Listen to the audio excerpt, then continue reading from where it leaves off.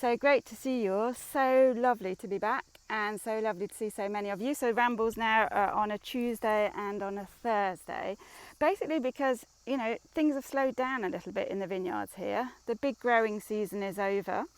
The vines are almost fully grown now. Christine and Nicolas have stopped working. So they've finished all of their spring work in the vineyards. Jean-Marc this morning, I was hoping to catch up with him, but as always, he's out on his tractor and he's just protecting the vines. And so it's all slowed down, and the vines now are really concentrating on perhaps what is the most exciting ever part of their life. But before we do that, let's get the location. So I hope you're ready for a really exciting look at what the grapes are doing in the vineyards at the moment. The idea is I'm going to go vineyard hopping. So those of you who've got your tea towels at the ready, I'm just in this little area here. You see where the car is, Katie en route. So I'm in Rebouls. So on the tea towel, those of you who've got the tea towels, it's the little dark green vineyards of Rebouls. So there's 3 of them. The idea is we're going to go vineyard hopping so I can show you the different ripeness of the grapes. Before we do that, I'm going to just show you the direction that we're in.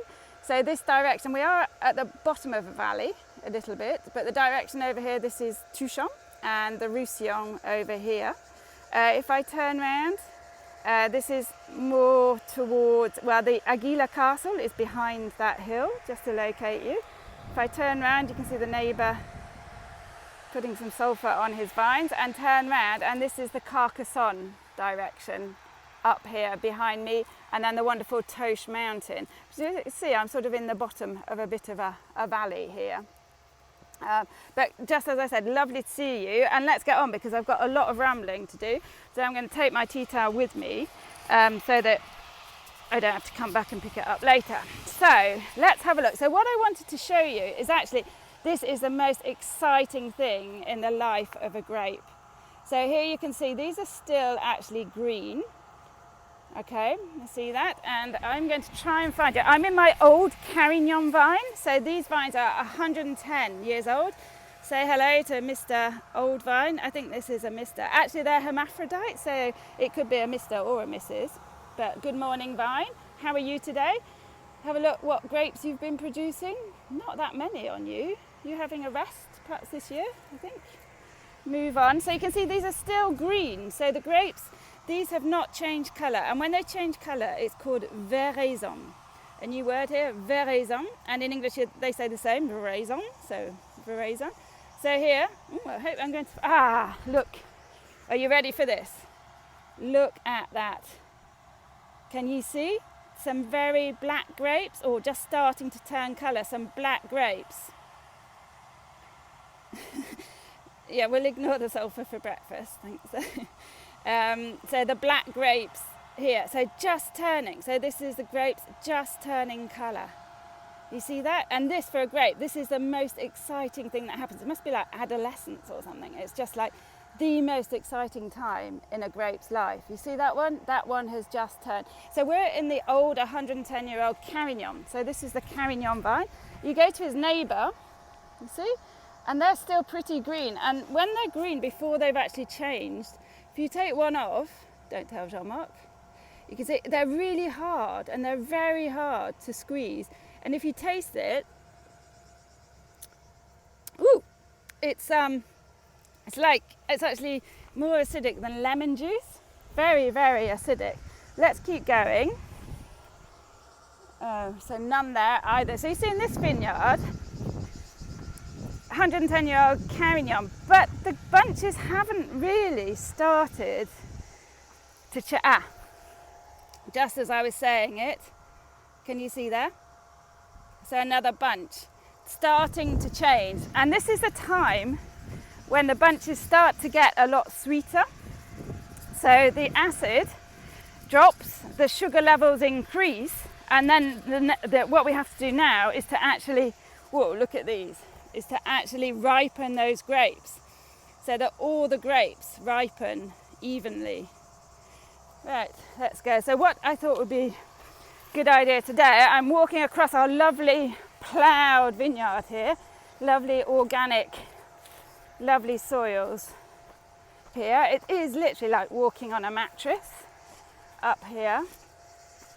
Here's just a final look at one of my old 110-year-old Carignan.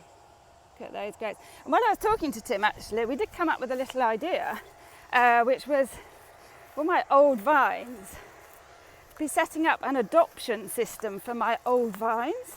So I don't know if you think that's a good idea. If you think it could be a good idea, you'd be interested in adopting an old vine, just let me know. It's very early days on the thoughts of it, but if the idea grabs you that you could actually follow your adopted vine through the growing season, and then you could actually get the wine from the vineyard that your little vine is in, just let me know if you think that's a good idea.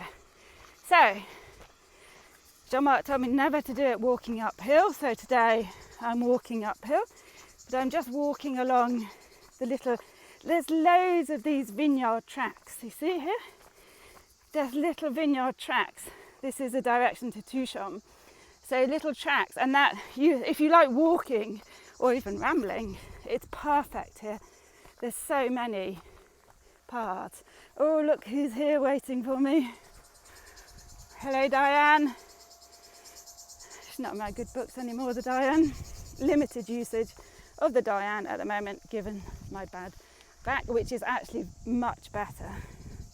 Thanks very much to Karen, Lady Littler.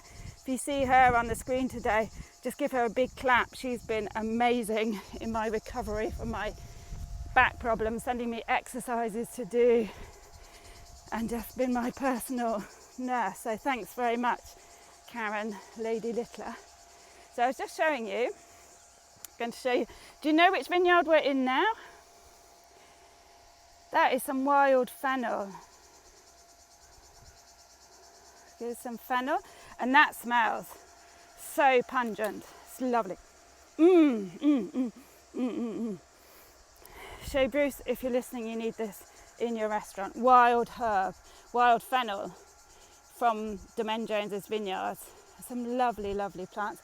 But now, magically, we've come into the Hairy Grenache vineyard. So on your tea towels, we've just stepped up a little bit, a little higher, and let's see what's happening to the grapes in here. See if we can find.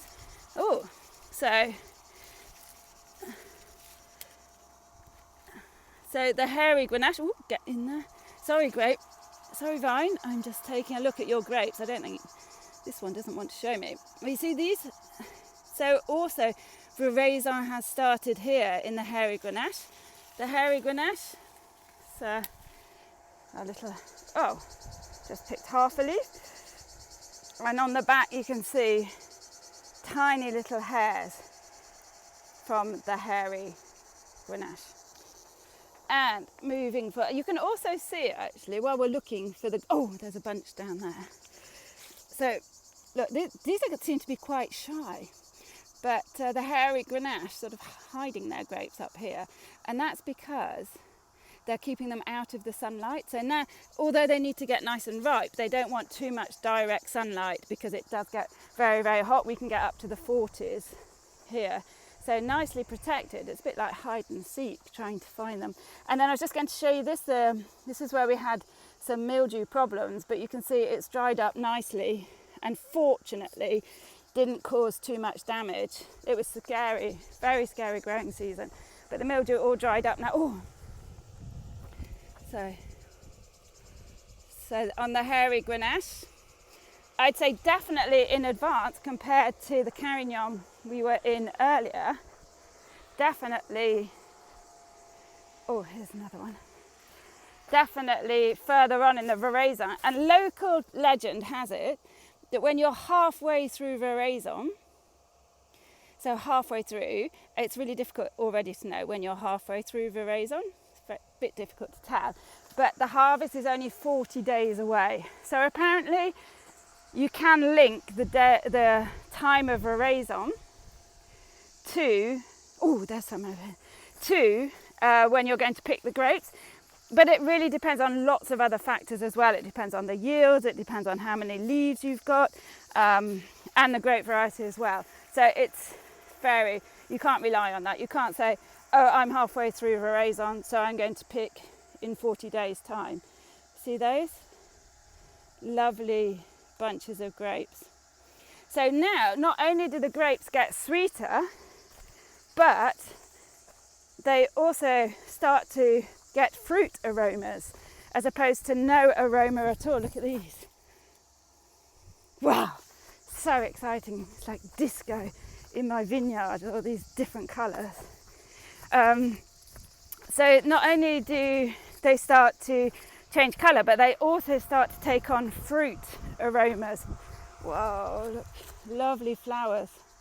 And those fruit aromas become really attractive to those wild boar. So basically our job now, up until harvest, is to make sure that all these grapes have got lots of air circulating around them so that they can ripen evenly and healthily. And also that they get nice and ripe. They're going to get a bit bigger. Right, here's the, oops, I'll just throw this in, the inside of my Dyane. So I just wondered, would you like to join me? Martin, you've only just gotten, don't worry, it will be on IGTV live and on my Instagram and then on YouTube. So you've got plenty of opportunity, but who'd like to get into my Dyane? So the idea is I'm going to, hopefully, if Dyane is playing ball, I'm going to put you into the passenger seat. There we go. Turn on, Dyane. Hope there's petrol in here. Oh. And then just before I leave you, I just want to take you to another vineyard, which is a Carignan vine, which is literally just down here. So I'm not going very far in my Dyane. And I just want to show you, so Carignan, again, it's a 110-year-old Carignan. If you've got your tea towels, on the tea towels we're now going to Colombier. So we're now going along the road to Colombier. And I just want to compare, so you can compare the same day, same time, same grape, but just a different vineyard. So you can have a look at how the Veraison differs. And it's not just the grape variety, it's location, it's yield. If you've got any questions, please put them in the little question box at the end, because I can't look on the screen here while I'm driving. So just coming down, this is my usual evening stroll down here. So coming back into Tucson, hoping there's no tractors about, because the tractors are out, as you saw. It's prime time just for putting that last protection on the vines. So Jean-Marc's out this morning as well, powdering the vines with sulfur. As you know, we're organic, so that is a permitted product to use in organics, and this is the last protection before the harvest with sulfur. So just a final powdering just to make sure they stay healthy right up. So lovely day. What's the weather like over there? Here it's going to be hot. This is a really hot week, and as you can see, no wind whatsoever. So there's a slight breeze, really, really slight from the sea, but really nothing. I mean, that's why everybody's out on their tractors. So we're just coming down now into the outskirts of Tucson. Tucson, we know how to pronounce that. Two, the number 2, and then Chon, like the sky, the sun. Shone. So Tucson. 2, number 2, shone, like the sky, the sun shone. So I'm just going to take you, we're going past the lovely gîtes of Glen and Dyane for those of you thinking of coming for a visit. They're just next door to us. And I'm just going to, I have to stop to get into first gear. There we go. And literally we're just going to go into this little vineyard here. And I'm just going to plonk myself here, and then I'm going to get you out of the car, and we're just going to look at these Carignan. So, open the door, put it into gear. You still there? We still here? Yep, great. So here we go. So this is another of our little plots. It's the Colombier, it's called. Oops. The Colombier, and this is on the maps coming into Tucson, coming further into Tucson. See the lovely flowers here as well. everything is sort of hiding now. The birds aren't singing. They've been replaced by the I was going to say grasshoppers, but then the cigale. So you can probably hear the song of the cigale, which has replaced. You hear that? Definitely replaced the birds and the wildflowers as well. Everything's now getting very dry, coming up to harvest, and that's good. It's good for the vines because they have now no competition for water. So any water there is, these vines are going to get it. So we're in this Carignan. So just look here already, compared to the first Carignan we went into. So a couple more grapes that have turned there, but literally it's just so gorgeous. Every bunch has got some, I was going to say, apart from this one, but then you look here and look at this. So this vineyard, much further advanced than the first old Carignan, and yet it's still Carignan. Oh look, it's still 110-year-old vines, but here, see how advanced that is? Do tell me when you get bored of looking at these beautiful grapes, but I could just look at them all day. I just love them. And it doesn't last very long. This is only going to last for a week or so. So even on this one here, a lovely example, fine example of a Carignan leaf, wind battered, as we're in Touchon. Oops, I'm getting it. And there you can see the grapes. Oh, here. I'll just focus. Can you get this on focus on this one for a while? But you see, so much more advanced. And you may be wondering, well, why? Why are these more advanced than the others? I did question my husband, Jean-Marc, this morning, who knows everything. And he basically says, it's really difficult to tell why. It could be the weather, the aspect, but perhaps more importantly, it's probably the time they pruned. So this vineyard would have been pruned before the other one. And it can also be yield that affects it. But both of these vineyards, both of the Carignan vineyards we looked at today, have both been thinned out. Do you remember Nicolas, Jean-Marc and Christine coming to thin out the vines? So they've been thinning them out, and you can really see how the gobelet has really spread out the grapes. So there's one bunch there, one bunch there, come round, no bunches there. Okay, so quite a small yield on that one. But the grapes that are here, they're not all clumped together in the middle. I'm trying to find a perfect example for you. But they're spread around. Oh, this one looks good. They're actually spread around. You see from the outside, you can see them hanging. And then, here we go, yeah. So some there, some here, but all on the outside. And you come around, some here. And some up here. So all hanging around the outside, which is great gobelet. The advantage of gobelet, they all get the air, and it means that if there is any rain, which could make the grapes rot, it will dry out pretty immediately because the air can circulate. So now, as long as we can keep those pesky wild boars off, and as long as the weather, we don't get hail. Hail can still be another problem in the vineyard. So wild boar, hail, rot is very unlikely just because we don't get that much rain. And if it does rain, the lovely Tramontane wind blows that away. So I've probably gone only a little bit over time. So I was going to come and stand in the shade. Oh, look at that lovely stone wall. But as always, there isn't any shade at this time in the morning. So just have a quick look at your questions while we look over these lovely old vines. So John, great that you like the idea of the vine adoption. We'll have to see how that could work. But I just love the idea of, you could even name it. You could name your vine. And because the vines are both male and female, you'd have to have a name that could do both male and female. So you could have a name like Leslie, perhaps, or in French it's much easier because it could be Michel, which could be Michel as well, or Pascal and Pascal. So we could have great fun actually naming the vines too, and you could follow that vine through. So do you get much problem with birds? Oh, Steve, yeah.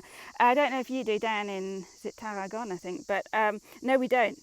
Literally, as you can hear, it's cigale, and the birds have disappeared. So the birds are definitely not a problem. That's one thing that we don't have up here in Tucson. We never have problems with birds. We don't have to put nets up. We don't have to put scarecrows in the vineyards, thankfully. Just wild boar. And hi Kate. Kate's already thinking about the harvest, which is good because we're starting to think about it too. I think until the grapes change colour, you can sort of ignore the fact that we are going to have to harvest one day, and then when they start to change colour like this, you know, that is a sign that harvest is well on its way. So are they harder yes, they are harder to harvest because you literally have to go all around the gobelet, like I showed you. The grapes sort of spread out around the outside of the plant, of the vine, so it is harder, and they also tend to be quite low, although even on wires they're quite low here because of the wind. We can't train them very high. So we are yes, I mean, any harvesting, to be honest, Kate, is really difficult. Hand harvesting grapes of any type is backbreaking. It's usually really hot, even in the mornings as well. You get sticky, there's wasps, and it's really, really hard work. But you get that lovely atmosphere, that idea of all working together to bring in the fruits of our labours that we've been tending over the whole year. So it is an amazing moment, and I will be taking you, for those of you who continue to follow the Rambles, I'll be taking you out into the vineyard so you can, just going to see me picking, but you won't see me picking. You can see the pickers picking, and then we're going to follow the grapes into the winery, and you will be the first to see these lovely grapes here actually fermenting. So you'll get the full, if you stick with me on the Rambles, I'll be rambling in the winery from about September, and up till then I'm doing Tuesdays and Thursdays out in the vineyard. So just keeping you up to date, showing you how the grapes are ripening. And that's what the vines now, these lovely old vines, they're concentrating all their energy that was in the roots. It's now concentrating that into the grapes so that they can increase the sugar content, lower the acidity, and it's when we get the perfect balance that it's a time to pick them. It is so exciting. Yeah, okay, I totally agree. People do have romantic ideas about picking. I used to have those as well. I used to have those ideas too when I first started, and I can tell you, perhaps I had them for a year or two, and then reality sort of hits in. But it is a thing, it's great to do it once. If you want to pick here, you have to be really quick. That's Jean-Marc. Jean-Marc's out in the vineyards. He's the master of the pickers at picking time, and yeah, you have to get those grapes picked. I wouldn't do it with him. Look at those, lovely. And then just one final question: how far are these vineyards from Jean-Marc's barbecue? So the barbecue is actually where we were before. If you carry along that road the same distance again, you will get to our amazing little secret barbecue spot, which is in the middle of the vines, at Falandrine it's called. It's absolutely lovely. Dan, I know you've been there, probably a couple of others have actually. Nikki's been there as well. It's a lovely secret little place with a spring, so there's water too. And so from here we're about 10 minutes in the car, or it's half an hour's walk to there. And what I'm going to do is I'm actually going to film there. The problem is that I can't film there because on live, because there's no network, because it's so hidden. So what I'm going to do is I will go and film it, and then I'll put it up one morning instead of a live, so that you get the video of down there and we can pretend it's live. You won't be able to chat together, but I hope you don't mind. So you'll see the picnic space down there. Thanks very much, everybody, and just off to get into my Dyane. See you on Thursday. Bye.